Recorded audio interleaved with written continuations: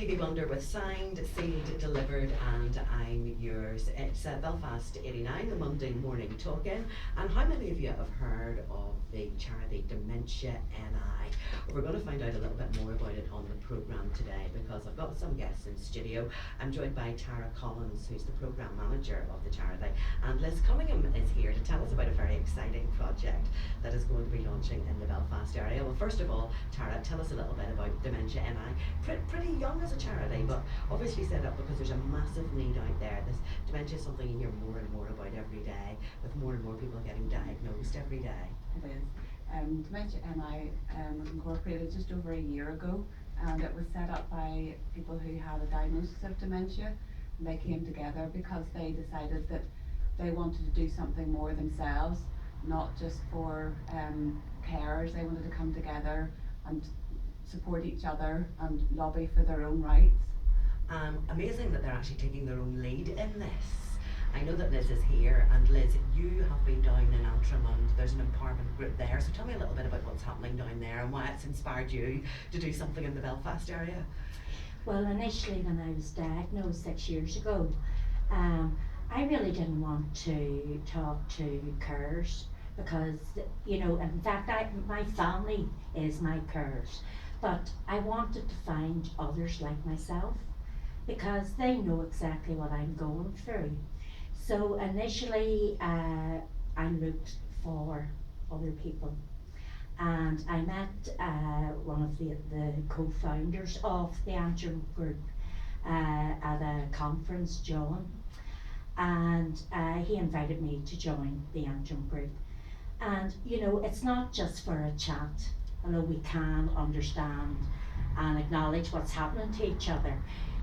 You know, we're involved with Queen's. We're going to Queen's to help, if you like, nurses, new nurses that are going on their diplomas to learn about dementia. Yeah, and I mean, it's something that people are learning an awful lot about at the moment. It's to reduce the stigma also. And tell me a little bit about that, because how did you feel when you first got your diagnosis? I was devastated. Were you? I was an IT teacher. Right. And, you know, I was at...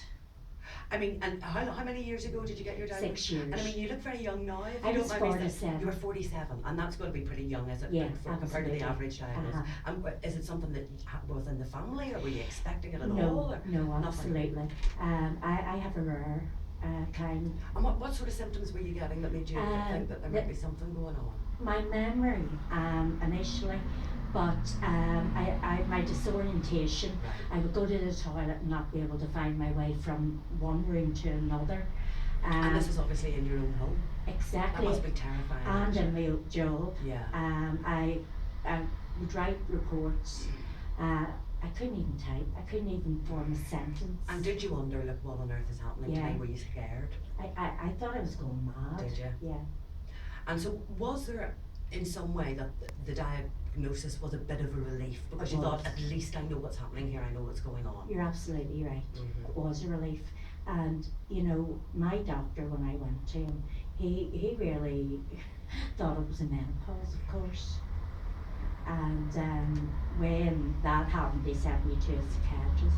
So only for that psychiatrist I wouldn't be sitting here today. And what coping mechanisms or what help have you been given by meeting other people that have the same diagnosis as you? Well, you know, that's why empowerment is a very big word for us. We learn to live again. You know, we have bad days, but by goodness, we're still here and we're fighting every single day. And good days are possible too. Yeah, oh, I can tell from the big smile. There's good days in there as well. Yeah. And is it a little bit about managing the fear and making sure that you're safe, so that you can relax and enjoy your life again? Absolutely. Most importantly, safe. Because you need to feel safe and happy within your own environment. Because, you know, when the symptoms start, you do forget a lot. And, you know, training also for the family, because they're the ones having to, if you like, cope. Yeah, and of course it's very upsetting for everybody involved. Absolutely. And these empowerment groups, they're not just for people that have maybe had an early diagnosis or whatever, they're for people right across the board.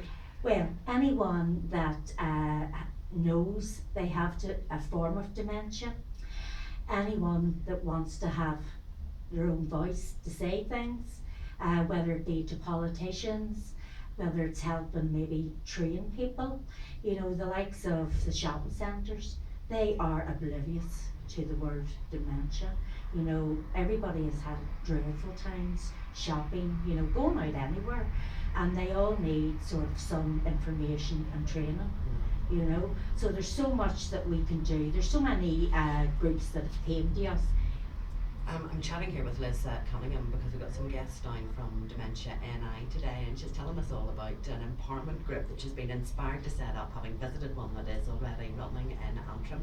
This is people that get the diagnosis, grabbing this with both hands and actually taking some control back and talking about some of the things that they think are important in terms of their care. So when we come back in a moment, we'll talk about how you might be able to get involved if you're in the Belfast area, and what else Dementia NI might be able to offer you.